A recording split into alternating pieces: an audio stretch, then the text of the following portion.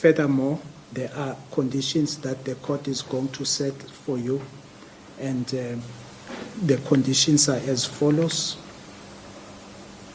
For accused number 1, 3, 4, 5, 6, and 7, all of you are prohibited from being at any premises of crime intelligence within the country or Republic of South Africa while the matter is pending. In the event that there are any items that you need to retrieve from your desk or such, then you will make contact with Brian Padayachee, who will assist you with the collection of any matters or items of personal nature or that you may have left at your premises of employment at crime intelligence.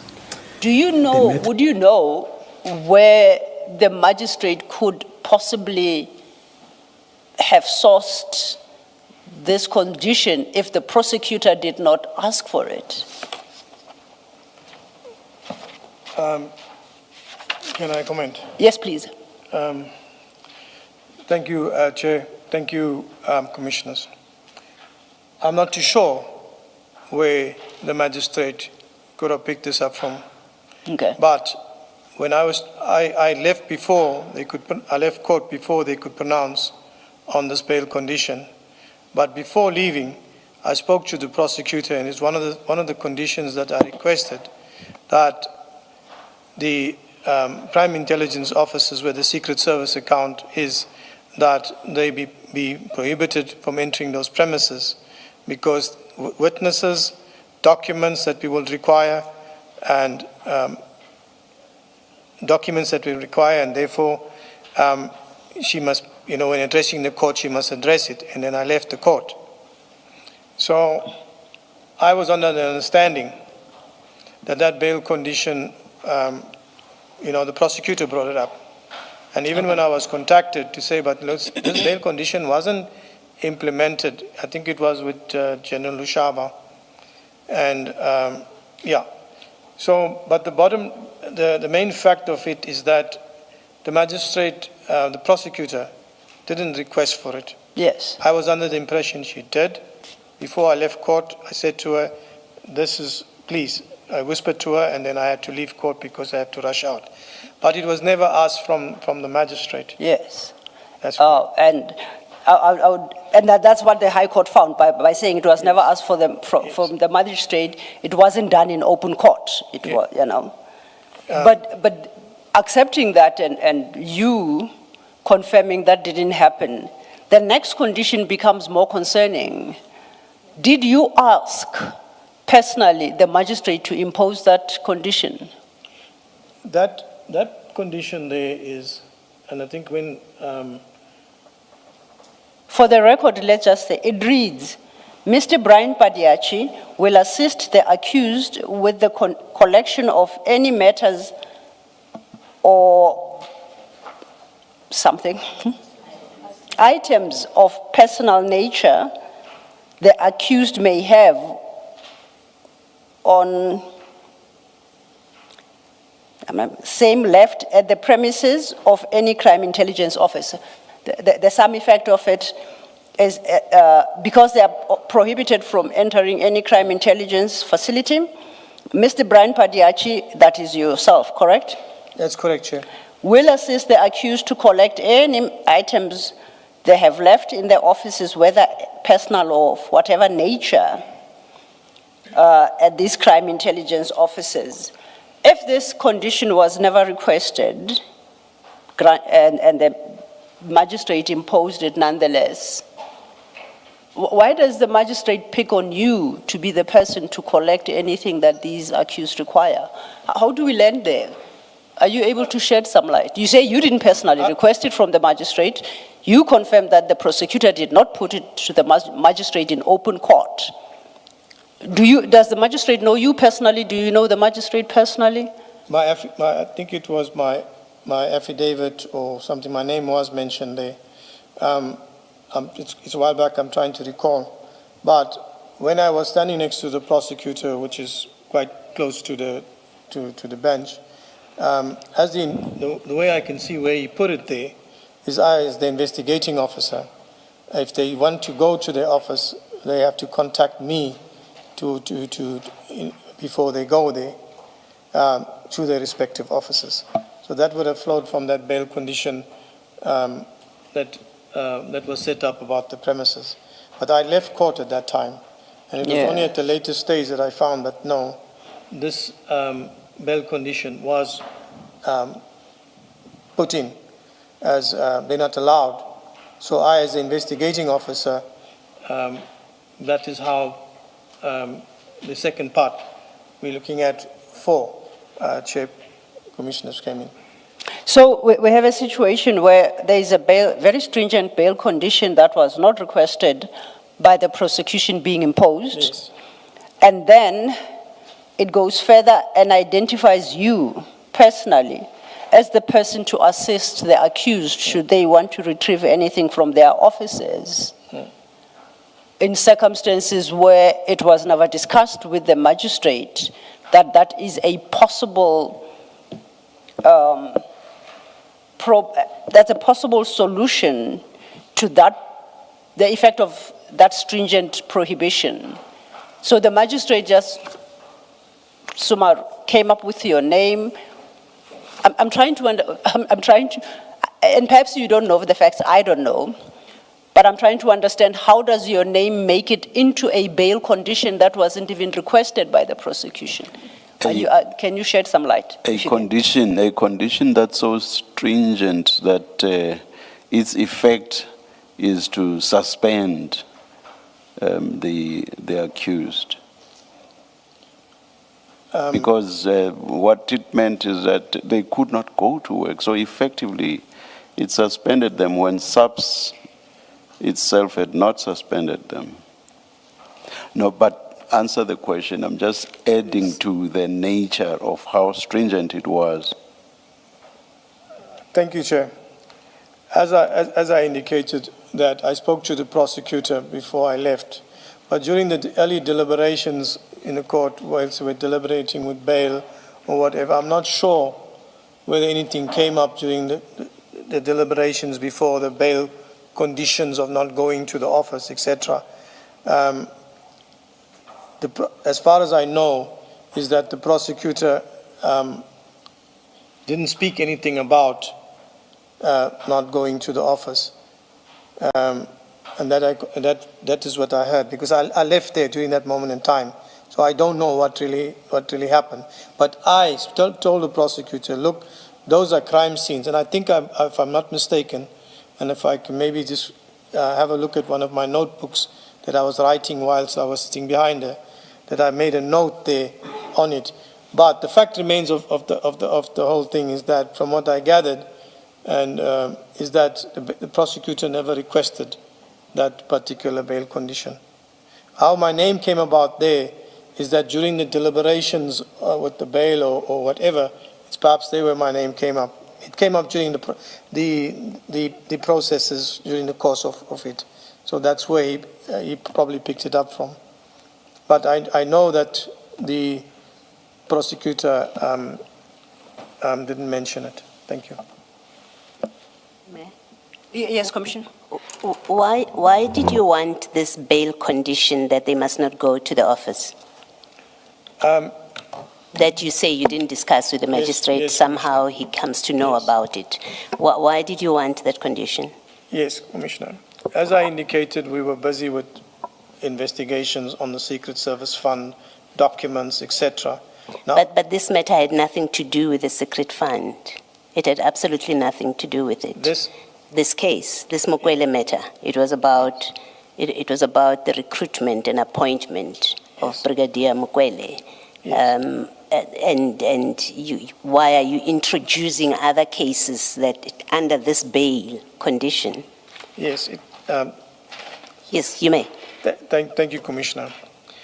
I think it was mentioned during the course of the proceedings there that the accused before court are also implicated in other matters that we are investigating. Yes. And during that process of not just the Mokwele case, but the other cases that we're investigating, I'm digging into my memory that was said there, that we considered the crime intelligence officers, especially where the Secret Service Fund was, as crime scenes. So you were getting a bail condition, or you were asking for a bail condition that in fact has absolutely nothing to do with the matter that is before this magistrate.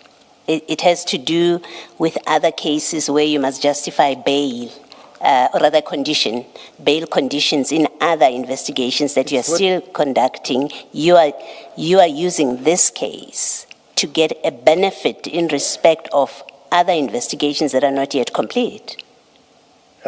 Commissioner, yeah, you may respond. Chair, Commissioners, it's with the current case before court. The current case was mentioned before court, and other cases that we are busy investigating. No, you've said you do not want them to go there because that's where the secret fund. Secret funds, witnesses. The witnesses, you had completed your investigation and you've seen this judgment. There is an exchange between the prosecutor and the magistrate. And the prosecutor says, our investigation is complete. We don't have a problem about witnesses being intimidated. In fact, we haven't even produced a list of witnesses. So these people, these accused, are no risk or pose no risk to our witnesses in this case. That's the position of this prosecutor, right? The magistrate keeps pushing, but they must be protected. What about members of the public? You know this judgment. I'm not going to read, interesting as it is to read. The magistrate keeps saying, but what about this? What about that? And your prosecutor says, the witnesses, we are not going, if I'm to preclude, if I'm to get an order, that's a condition rather, that says they shouldn't go to the office, then I have to mention the witnesses in this case. And we are not going to mention the witnesses because it would be to endanger them. So there is no risk to witnesses. Investigation is complete. So I don't need this condition, which the magistrate is very keen to give Meromutu without it being asked for, at least not in open court, is keen to give. So your other cases have absolutely nothing to do, even on the magistrate's own enthusiasm.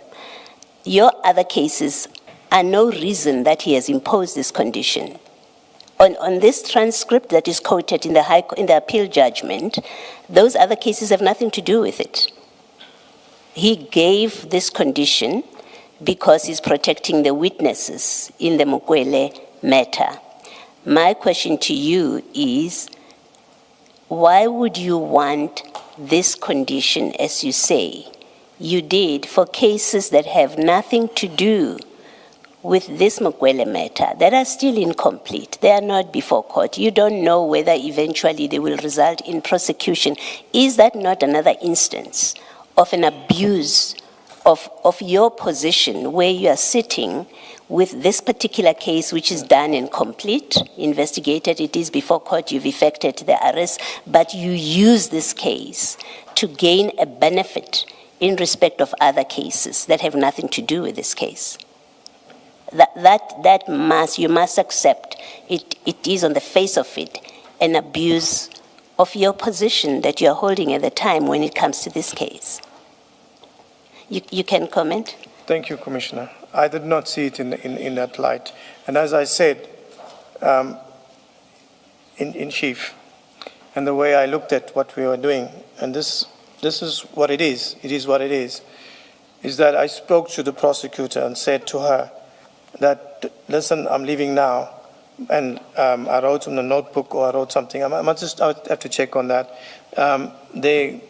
When they're addressing the bail conditions, just take this to say that they're not permitted to go to the crime intelligence officers because of the witnesses, and that the crime intelligence officers is where it's a crime scene, where all the documents and everything that's going to assist us. On an investigation that has been completed according to your prosecutor. The investigation has been completed. There is no risk of interference. That's what he tells the court. Yes. Yes. And what happened, I did not know what took place after that, but she didn't ask for it. So that's what happened at the end of the day. I made that suggestion, and then she didn't put it up to the magistrate. So Okay. that's where it stands there, Commissioner. All right. A related question. This appeal was opposed. Yes, That's correct. yes. What role did you play in the decision to oppose an appeal on a bail condition that you and everyone in IDAC didn't ask for? What role in that decision did you play, if any? We oppose the bail conditions on what I put forward before you now, Commissioner. The fact that the Crime Intelligence Office be busy with investigations, that's No, I'm not asking for reasons. I'm asking for your role in it. So you were part of the collective that, if it's a collective or it's your decision alone, you were part of a collective that made the decision to oppose this appeal on a bail condition that you did not ask for and that you got because you wanted to protect other investigations, even though that's not why the magistrate gave it. You were part of that collective that made that decision. I was part of the collective. I cannot disown the persons that were involved in the appeal process. And who was involved in it? It's you and? That would have been myself and the prosecutors that were in the matter that put together documents for the appeal. Okay. It didn't require approval by your superiors to oppose this bail, this appeal? Whatever documents that would have been compiled at that moment would have went up to management to look at it further and file it. I'm not too sure whether management did have access into the documents, whatever, but the documents was compiled by the prosecutors and it was filed. There were filings with it. I guess my question is, where in IDAC does the decision lie? Who is the decision maker when an appeal comes up and someone must decide we are opposing or we're not opposing? Who is the decision maker of that? That will be the head of the office. Okay. That will be the head of office, because you cannot take any decisions outside of that. Okay. Thank you, Commissioner. Thank you.